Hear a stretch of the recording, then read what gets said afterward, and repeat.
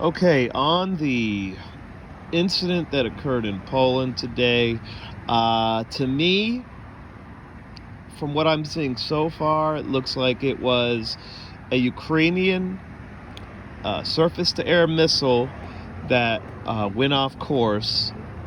Basically, what happens with the surface-to-air missiles, with some of them, is that they are designed to get a lock on a target in the air, and they are designed to go after that target. Now, if they don't get that target locked, what ends up happening is, these things are not GPS guided. They are not guided by a human being. They are simply missiles that are shot from ground-based platforms to take out missiles and airplanes. If they don't get a lock on that missile or airplane or anything else, they just go. They just keep going. And there's no way to stop them, I guess, for some models, for some types of surface-to-air missiles. I don't know the particulars of the S-300, but typically that's how surface-to-air missiles work.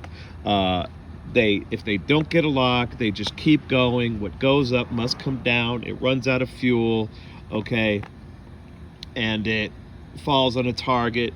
I'm assuming that it didn't explode, but maybe it did explode when it hit the I guess there were some people out in the grain field doing something with some grain, and it killed a couple people there. So it seems to me like it was a Ukrainian surface-to-air missile that, they shot at a missile that was coming in, one of the Russian cruise missiles. It didn't get a lock, and then once that happens, they can just go off into the distance, and there's not really any stopping them. This happened in the beginning of the war. If you recall, there was an apartment building in Kiev that was hit, and the Ukrainians, of course, accused Russia of doing it. And it turned out that it was a Ukrainian surface-to-air missile that was trying to go after incoming target, but then it didn't get a lock on that target, or something else happened, and it went into a fucking apartment building. So that's the issue there. That's what I'm seeing, is this was most likely that sort of incident. It's happened before. It'll probably happen again. So as far as, what the Ukrainians, of course, they're going to blame the Russians. They're going to lie like they've been doing from the beginning, just make up shit, because that's what people do in a war. The Ukrainians have been particularly egregious with the lying and with the psyops and with all that, with the optics-based war strategy, which has really costed them a lot. It's really, I think that I've said it before, if the Ukrainians would have gone the Japanese route and just dug in for dear life and made the Russians pay for every single inch of territory that they took, used asymmetric warfare, all of those things, I think they would have done a lot better. Instead, they've, for optics reasons, for the media, and for the United States, to keep the United States sending the money, they've been doing these reckless offensives, wasting their manpower, okay? And now it's looking like, to me, from what I'm seeing, there's no way to really confirm this. No one really knows the answer to this unless you're in the Ukrainian army, but to me, it looks like the manpower is running thin.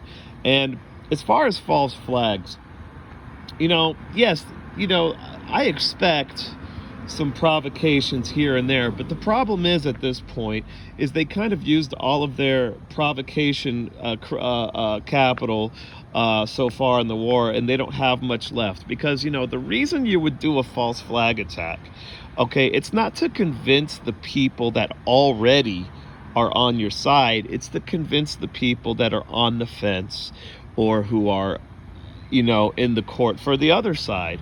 So in this case, if we were to do a provocation, or if Ukraine was to do a provocation, so now Ukraine, it's different. Ukraine would maybe do a provocation, false flag type thing, because they want to get the United States actually involved with boots on the ground. So I can see the Ukrainians thinking along those lines.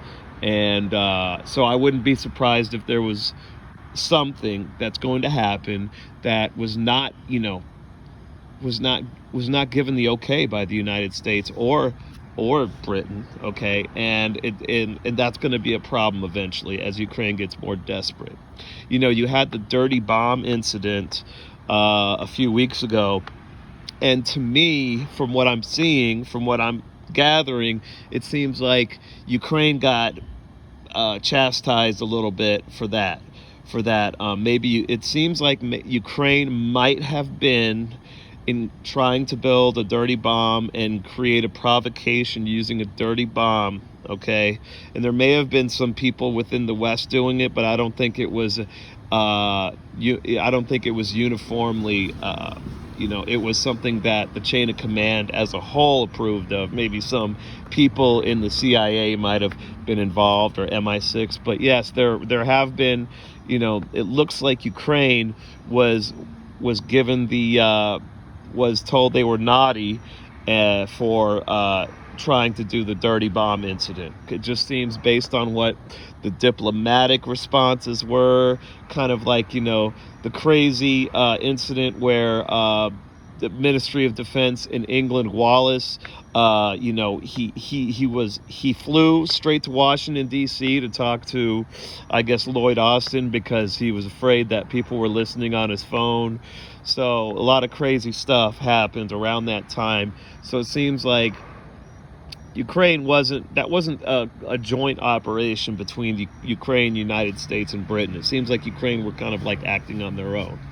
Now, as far as the United States doing a false flag, see, the only reason the United States would want to do a false flag, there's a couple reasons. The one reason would be to convince the population that they should send their sons and daughters over there to die, basically, right? So that would be one reason. I think it's going to be a hard sell given the history. I don't think it's going to be so easy as Iraq. They already know this, I think. So I don't think it's going to be a hard sale. And I don't really think many people, there's maybe a small contingent of people in Ukraine, in Washington, that might want something like that. But I think it's a relatively small contingent of people. Most people just want to sell weapons to Ukraine. That's what most people in the United States want to do. So there's that whole situation where, okay, if they do a provocation, if the United States does a false flag, is that so? What is, it has to be a pretty rock solid false flag attack for the American public to be ready to declare all out war. And I just don't see a false flag attack accomplishing much domestically at this point. Again, because there have been so many lies that have been exposed coming from the Ukrainians and from the United States and from the media. I think the credibility is kind of wearing thin there. The other reason there would be a provocation or a false flag orchestrated by the United States and England would be to get people, nations that are not on our side, to join our side in engaging in economic warfare with Russia. Now, I think this could, there may be some people that think this is an avenue, but because I think what's happening now is I think people in Washington are starting to finally understand that they've lost the economic war against Russia. From the beginning, I said that, a debt-based economy like ours that doesn't produce anything other than the US dollar, really, that other countries want, a debt-based, consumerist, service-based economy, and it's, puppets in Europe, and with the exception of, Germany, all the rest are very similar in terms of their economic, makeup. So a debt-based, service-based, financialized economy, okay, is not going to win an economic war with the largest commodities producer in the world. Okay, because no matter what the United States and Europe do, okay, there's always going to be people, there's always going to be groups that are going to want to trade with Russia for their products, for their raw materials. And that's just all there is to it. And nothing's going to stop that. And, you know, any chance of bringing China or India or, you know, China, India over to our side, that's long since passed. Okay, there's no chance of them ever coming on our side. So, you know, maybe you can bring South Africa or Brazil if you try hard enough. I doubt it. The Brazil would be the most likely one that might come to our side and, you know, sanction Russia. I don't think South Africa would. So that's the only other reason we would do a false flag, is to, you know, convince a nation that is on the fence or siding with Russia to side with us. And I think at this point, that ship has sailed, because, again, the credibility factor, Bucha, which still has not been confirmed. There was never an independent or any investigation done on Bucha. All they did was show a bunch of dead bodies in the street in front of our TV, the same 5-second clip they showed over and over again, and then you never heard from it again. And what does that tell you when you never heard about it again? Okay, this was supposed to be the greatest massacre since World War II or something like that, and they played it. They put it on the TV for a week, and then you never heard from it again. There was never an independent investigation done. Okay, everything I've seen has called into question the official narrative, and I don't know one way or the other, but I tend to side with the fact that it was probably the Ukrainians that did it, that did Bucha. They were killing collaborators. They were killing what they called Russian collaborators, okay? That's what the Ukrainians have been doing. When they come into a new area that the Russians left behind, the first thing they do is they look for collaborators, people that are accused of helping Russia, and they murder them. And that's what's been going on. This is not you know, this is documented happening. Ukrainians have admitted to doing this. Ukrainian politicians have admitted this is happening. Okay, so after Bucha being shown to be basically questionable at best, then you had all of these other fake stories, Ghost of Kyiv and all this, all of these orchestrated war crimes, the Mariupol theater bombing, also questionable at best. And there's reasons why you haven't heard of these things since they happened so many months ago. Because, you know, if there weren't tons of holes in the narrative, they would be continuing. They wouldn't have stopped talking about Bucha or Mariupol theater if it weren't for the fact that the narrative it has so many holes in it, that the whole narrative is so questionable. So there were several others, and then Amnesty International comes out only a few months ago saying that Ukraine has been using people as human shields. Amnesty International, which is an organization that's basically, you know, like a lot of these organizations, heavily funded by the United States, very, you know, dependent upon the United States, and they still said Ukraine they said also, Ukraine is also committing war crimes because they're using people as human shields, which is why you hear about a school getting bombed or shelled, because there were Ukrainian soldiers in this school that were firing on Russian soldiers, is what the Russians will say anyway. That's what the Russians will say. And there's no way to really know unless you were there or not, but the Amnesty International has acknowledged that the Ukrainians have been very bad with using civilians as human shields and using civilian infrastructure to hide their troops in, okay? Now, a lot of people would say, hey, they're being invaded. They should be able to do that. I'm not here to argue that. I'm just saying that because, you know, to an extent, I agree with that. It depends on how egregious it is. So the credibility is severely lacking at this point. This is the main issue I want to get across. Any provocation okay, I think is going to be not so effective, minimally effective at this point. What's the point of doing a provocation if, China, India, uh, Brazil, South Africa, uh, several other important countries like Indonesia, these, unless it's going to convince them to, engage in the sanctions war with the United States and Europe, it's pretty much useless.